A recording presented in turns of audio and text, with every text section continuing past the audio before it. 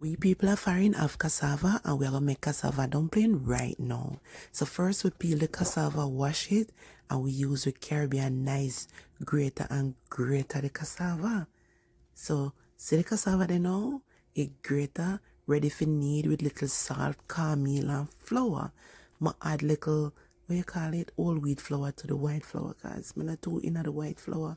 So I use my hand and rub out the juice with the flour. Make sure so you make it tight.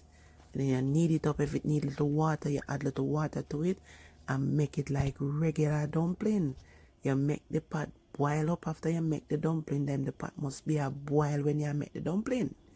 So put them in the boiling water and make them cook. And you see when they're done, shh, you know, stop your so. You know when this nice sauce with some curry chicken back, curry chicken, etc., meat, whatever, and tomorrow morning,